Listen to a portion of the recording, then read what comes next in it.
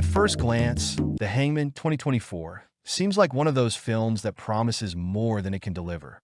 The poster, a stylish silhouette of a sinister figure holding a rope, ready to judge the guilty, sets the stage for what should be a dark and gripping story. Unfortunately, the reality is either overly simplistic or unnecessarily convoluted.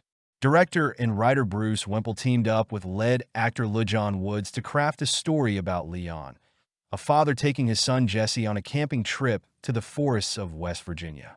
Intended as a healing escape following the death of Jesse's mother, the trip quickly turns into a nightmare. By the second day, Jesse vanishes, and Leon's search for him leads to encounters with hostile locals, a bizarre cult, and a supernatural entity, the titular Hangman. On paper, the premise sounds intriguing.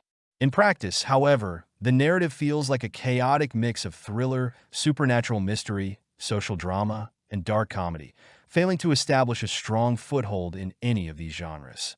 LeJohn Woods stands out as the most notable actor in the cast, but even his performance is hampered by the uneven script. As a protagonist, Leon's indecision can be grating, undermining the emotional weight of a father desperately searching for his son. Stereotypical portrayals of the local townsfolk, from a deranged preacher to a group of gun-toting rednecks, add neither depth nor authenticity. The mystical cult surrounding the Hangman is intriguing at first glance, but becomes underdeveloped as the plot progresses. Despite its horror branding, the film struggles to generate fear. The Hangman, prominently featured on the poster, is rarely seen, and his role in the story remains frustratingly unclear. Audiences hoping for a few memorable scares or intense confrontations will be disappointed. The atmosphere of dread isn't supported by the visuals, sound design, or cinematography, leaving the tension flat. One of the film's major pitfalls is its attempt to tackle too many themes at once. While it touches on racial and social commentary, these elements are handled so superficially that they come across as forced. The conflict between Leon and the locals devolves into cartoonish clashes, and the subplot involving the Hangman feels like an afterthought. The film's low budget is also apparent. Visual effects, particularly in scenes involving the Hangman or other supernatural elements, lack polish and fail to create the intended mood. That said, the Hangman isn't without its merits.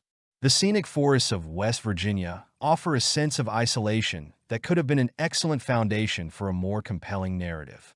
LeJohn Woods delivers a performance that, while unable to salvage the entire movie, is notably stronger than that of the supporting cast.